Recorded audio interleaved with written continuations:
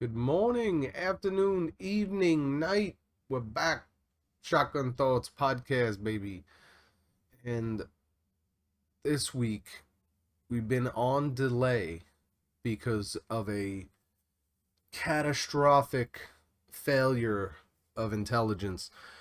And I, at first, thought I lost my phone, but then found out that my Uber driver basically stole it and was not willing to accept the phone call. And then I found out after my vacation that my phone had been stolen. And it turned out to be so that the entire vacation, pretty much from the point I got to the airport, I realized I did not have a phone. But at that point, I really just had like an ultimatum to face. Either be extremely disappointed and carry that attitude of being an idiot as well as not being able to get my phone back and all the disappointment that follows with that,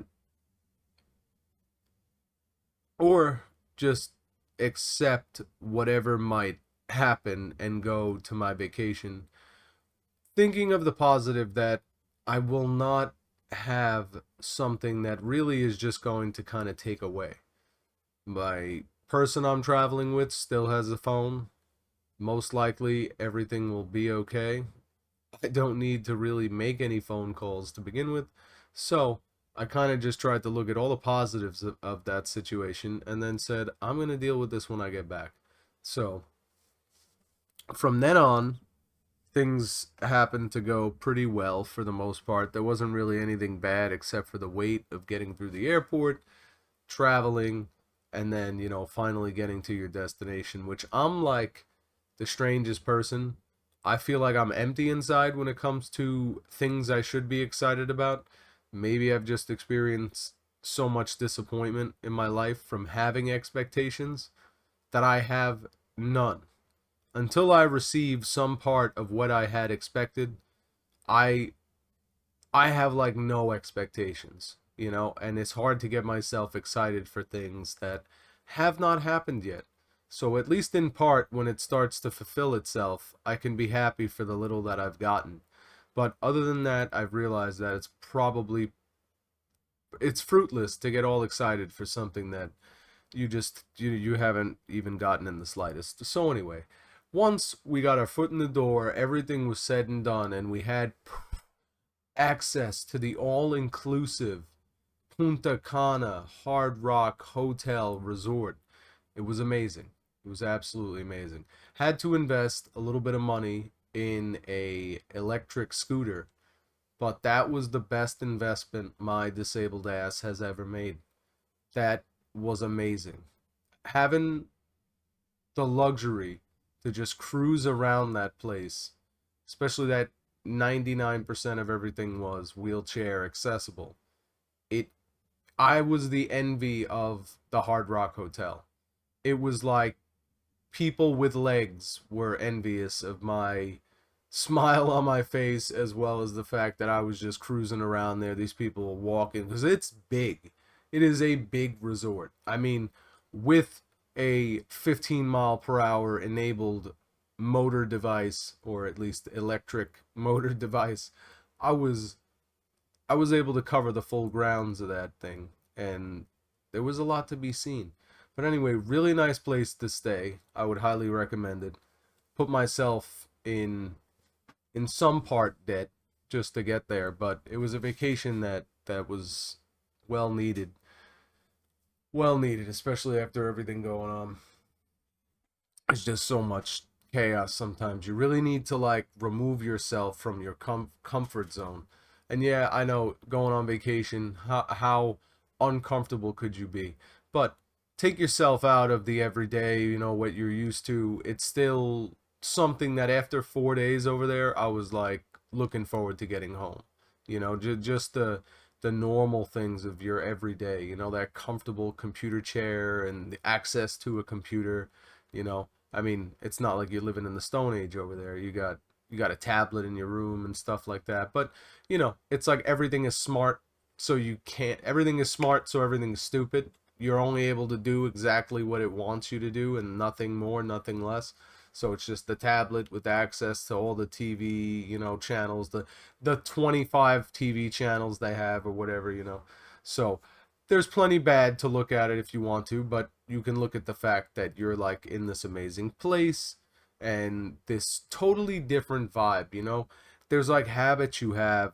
Me as a 32-year-old, it's like you have these habits that you tend to just, you don't even know you have them, until you're removed from that everyday cycle of life and you're like, wow, I didn't like smoke anywhere near as much as I did, or drink, or whatever the hell it might be, that you're just having this rough time getting out of a habit of, you know it's like sometimes you just need to remove yourself from the things that you associated with that in the first place, and like the place, the time, whatever, you might be able to remove those references.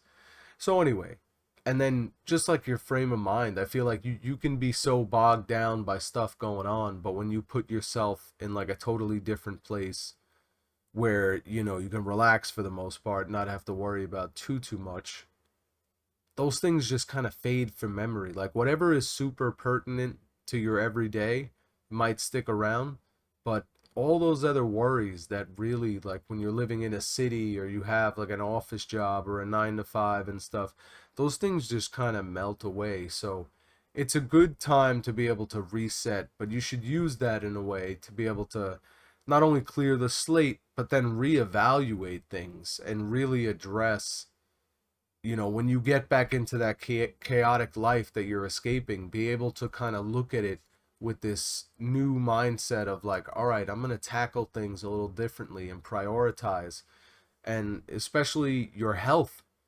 Your health. I don't know, nobody knows really what the hell gives people multiple sclerosis, but I mean, I have maintained a seriously clean bill of health, and my cholesterol, my blood pressure, a lot of things that are an indicator of long-term health, I've been in the clear. And when you see the things that I eat and the things that I do, you'd find it to be strange, other than the fact that I do have multiple sclerosis. You'd be like, well, it makes sense. You're doing that. You're smoking for, 25, 12, not 25. Smoking for like 17 years, that's pretty crazy. So, anyway, not to say that I won't get anything, but for the most part, having a clean bill of health is like one of the best ways to just create a stable foundation to operate from throughout your life. Now, I'm not giving advice in the sense that there's plenty of things I could do that could be better and healthier about myself. But what I will tell you is from my own experience, these things have worked for me. Now, when you consider the fact that I have an extremely unhealthy diet, I used to, when I was a teenager, I used to wake up and have a yodel for breakfast. If you're not familiar with what a yodel is, it is basically a hostess cake that is devil food with a cream inside covered with chocolate.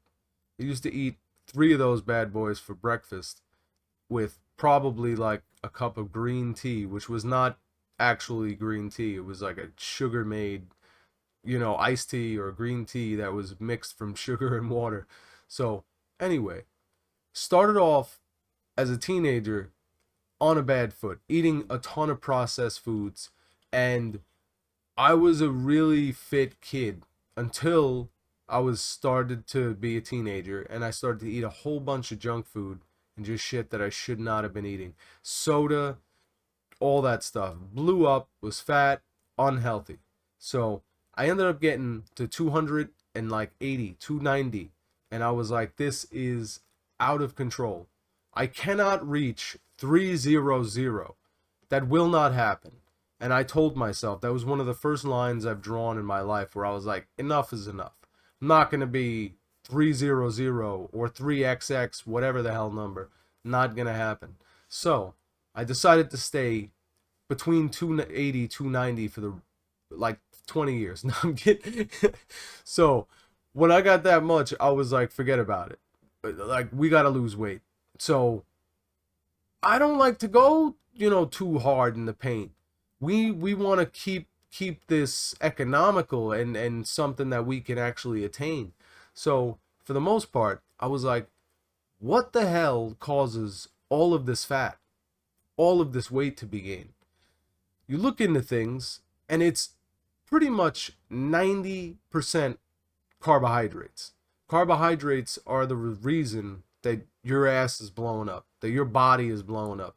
Pretty much 9 out of 10 times. That is the reason. Now, sugar, bread, huge on the carb scale. Sugar, bread, interchangeable. Carbohydrates.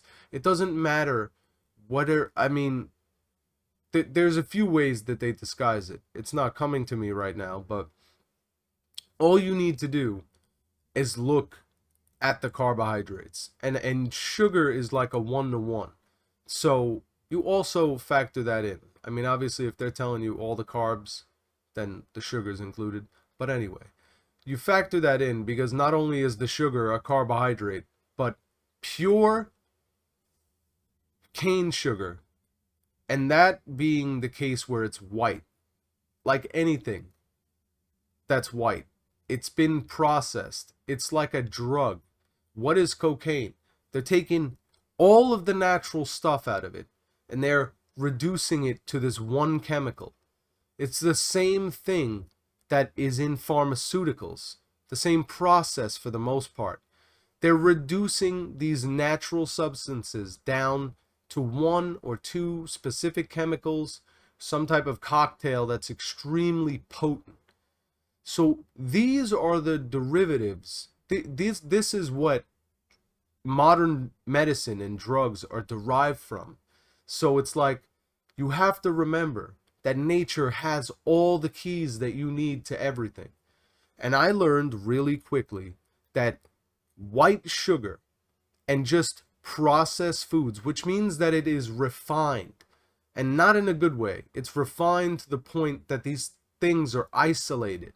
What makes sugar sweet is isolated. So all of the sucralose and the other natural things that come along with it.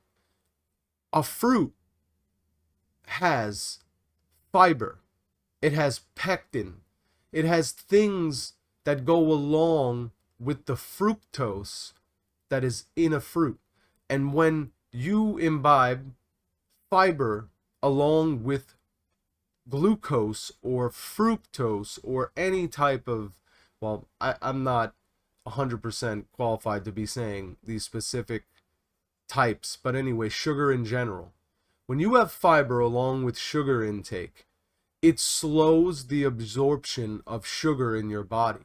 It's the reason why having whole fruit and the fiber, the pulp, the pectin with it makes it extremely better for your digestion and just the consumption in general. It's delaying your body from getting literally like a heroin shot of sugar, which is not natural. Sugar is not found in the way that we have it, this white crystallized form. And even if it is, it was rare to get. It wasn't something that was just taken for granted and eaten at leisure. So I realized that sugar was a problem, as well as carbohydrates. That's where, don't forget that the bread and things like that, there's a reason why when you look at certain European peoples who have been having bread, fats, butters, things like that for a long time, there's a common trend among them. A lot of those cultures, they have it early in the day, and they do not eat heavy at night, almost at all. And when they do eat their bread, their fats, they're having it in a balanced meal. Sometimes not, but either way, having your bread, your carbs, your complex energy forms, in the earlier part of the day when you're more likely to use them and be active and your body is, kind of being in its day self, you're going to get the most out of them and stop the negative effects for the most part. Now, this is evident in my case. Again, speaking from experience, I'm not a health professional. I don't recommend that anybody strictly follow the things that I'm doing, but they can help. There are things that I've done. I've been eating pretty much when I stopped having junk food, which was about 14 to 16, there was a massive change. Stop having junk food, carbohydrates, sugar pretty much got left to the side. I would cut off carbs by 7 p.m. No more carbs after 7 p.m. A little bit late, that was the latest I would stretch it. I tried for 5, but you give yourself attainable goals. So 5 to 7 was my cutoff. 7 for sure, no more. If I did get hungry, which I was a fat slob and I had to eat sometimes, that's where the keto was super simple. You could do this mix of things. You don't have to be an extremist and go to all these crazy maximums for no reason. So you get hungry when you're cutting off yourself from carbs, 5, 7. You have straight protein. Could be even straight fat. You work with the keto because ultimately it's not going to fuck with you doing a mini fast and turning on that where your body wants to put the fat burner on and actually start burning your fat instead of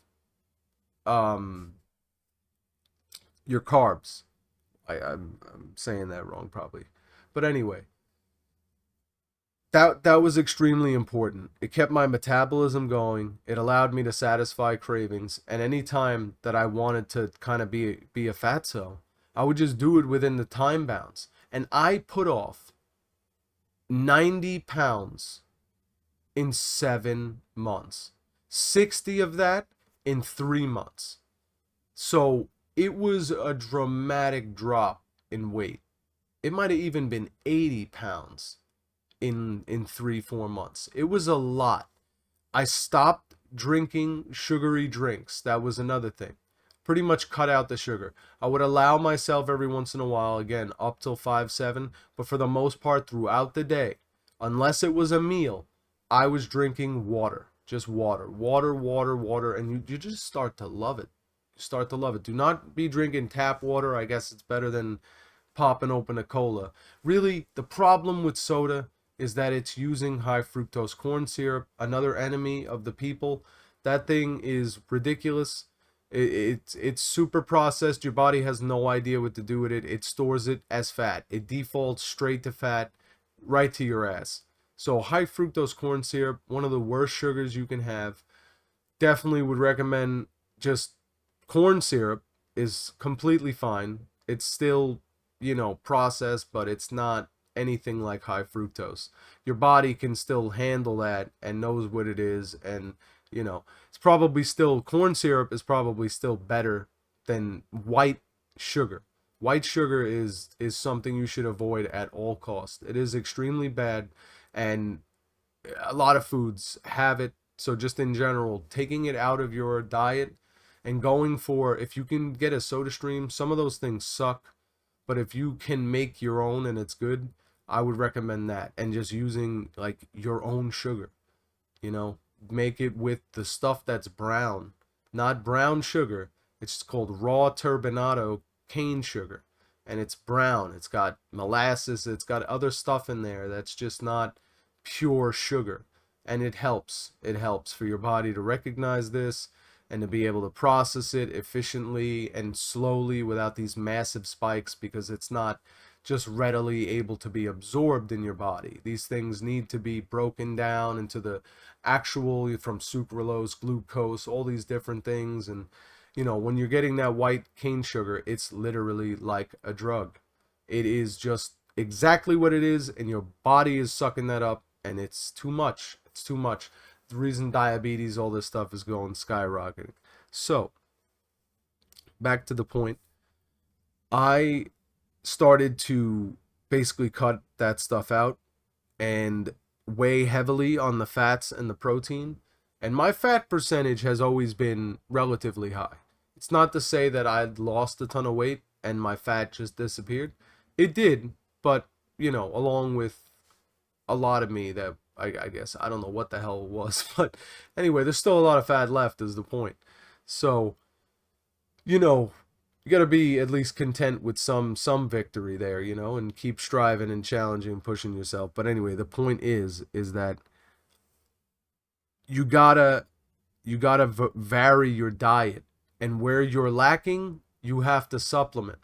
You have to supplement. I've been taking supplements since I am like 15, 16. As soon as I started to get on that health track, I was taking supplements because there's a lot of things that I knew I wasn't having. I shouldn't say a lot, but there was a few things for sure I knew that I wasn't getting enough of. Vitamin D is one of them because I was always playing games and home if I wasn't, if the friends weren't calling or I wasn't going to school or hanging out after school. So vitamin D, some of the first stuff, also fish oil because I don't have like any fish. I don't eat fish. I tend to just always feel like it's not fresh. And there's a reason why I think some people dislike that. The whole fishy taste, the reason, because something tastes pretty fishy, it's not fresh. That's the whole idea. I've been a chef for like 12 years and you don't want to eat bad fish. So it's just something I stay away from. That's too much stuff. Parasites, all types of. Anyway, I don't want to scare you. Enjoy your fish. Umagashi modutsi. And anyway, so always supplemented, and as time went on, that supplement list just got longer and longer and longer and longer. But some of the most effective ones, I would have to say, is keep your vitamin D intake super high. You can't go wrong with that. Obviously, don't overdose, but always make sure that you're not vitamin D starved, because the minute that you are, you don't know the effects that plays on you, but the depression affects so many things. And just, I'm telling you, you go outside and get some sun when you haven't been out there in a while, it makes you happy, like your body feeling the sun. It's like a warm hug from the ethereal. So that's super important, to keep your vitamin D up. Absolutely. Water intake is like God tier. You need to drink enough water. It's not a joke. Everybody. You have to drink 1 ounce of water per pound of body weight. Half an ounce per pound of body weight minimum. So if you are 200 pounds, 200 ounces of water a day. One of these tumblers is 22 ounces. So you got to drink 10 of those things a day. 9, or talking 5, 6 minimum. So anyway, it's a lot. And even me, I have trouble. But an easy way to do it is just try to pee clear by the end of the day. If you're somebody that always pees clear, well, then you can't use that as a marker. You didn't hear it from me. So supplement, super important. Very good. Always recommended. And depending on what's really bothering you, look into a lot of other things, because there's so many things that are not in our diet. I mean, when you look at some of the common herbs that grow, and that they teach survivalists and stuff like this to be aware of and know, because they're very common, there's a lot of things that do a lot, and they kind of cover almost like everything that you need, at least when it comes to non-life-threatening things, a lot of the times even life-threatening. So you really look into things. There's a natural answer, and I'm not this holistic, like, witchcraft type of dude. Rub some Vaseline on your neck and it'll be all right, and some fucking palm oil or whatever. It's like, again, the things that modern medicine are derived from are natural. They're not concocting these things in a lab from zero. The chemicals that exist in these things are present in natural things. And many of the time, much of the time, those specific things that are being created are just they're looking at something natural and they're isolating a component of it that serves a specific function and taking that, and that is it. And then they're concentrating these things. So it's very effective to do your homework. If something's bothering you, don't always just go with whatever you're being told. Do the research yourself, because there's nobody more invested in you than you. So don't let anybody ever convince you of that. You might be able to pay somebody to be really invested in yourself, but either way, at the end of the day, it's still you that has to be responsible for whatever happens. So, be careful with your health, but also, if you feel like it's hopeless that you cannot lose weight, I'm telling you that that is a pipe dream, And if it's impossible for you to gain weight, that's also a pipe dream. It's something that you can definitely attain. You just have to push yourself to it. Your stomach will expand, your stomach will shrink. So you gotta play along with your body, and you can't create unattainable goals. You really have to keep things simple and do what works for you. A little bit at a time is a lot, because just weaning yourself off of soda, anything like that, is going to help a lot. It was a big start for me. I went from soda to the green tea sugar stuff, and then from there, water was just an easy option. Sometimes it's too annoying to make it. You just like, I'll drink some water, And then, yeah, I don't know. You find that you really appreciate it when you have that cup of sweet sustenance. And then also you realize how sweet some of their stuff is. When I went to Punta Cana in the Dominican Republic, they actually have the brands, well, not in Punta Cana specifically, but in DR, they have the brands that are Western, the Western brands. They have them put cane sugar in the sodas, and they also have the sugar count reduced dramatically. In Pepsi in DR had 18 grams of sugar, and I swear to you, it tasted 90% identical. The sweetness factor was like a tiny smidge less than you would expect, but literally, you go look at the back of a Pepsi in America, and I'm pretty sure it's at like at least 38 grams of sugar.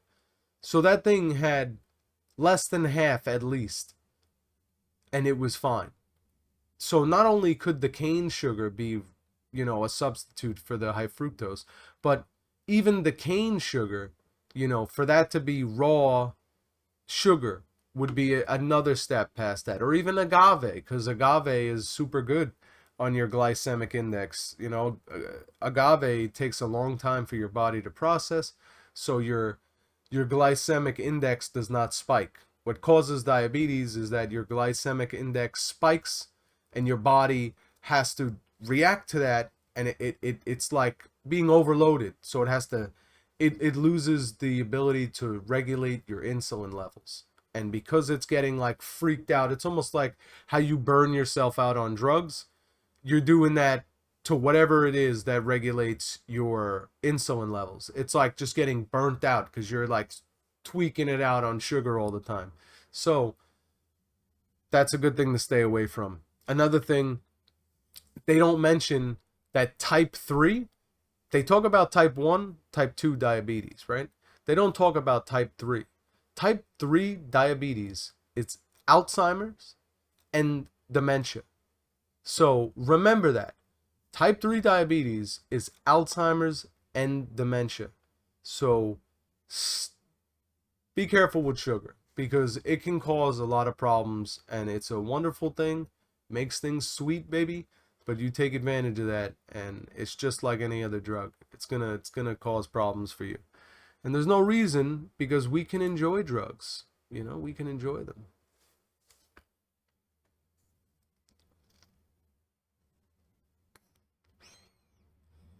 very nice sometimes, but responsibly, you know. And you have to you got to supplement. Where one does bad, one must do good. You have to be balanced in your approach to life, and through that, we can always find a way to prosper and to really excel for ourselves and for others. And with that, I can say I hope you be your healthiest self. Drink a lot of water, supplement where you need to, where you're lacking, and as always, be positive, stay true, be 100% genuinely authentic as the people on the circle and every dating place that has a camera in front of them would like to say. Anyway, love you guys. You take care. Thank you for tuning in. Like, subscribe, share it with a friend, a fellow, an enemy. Even better. Love you. Take care.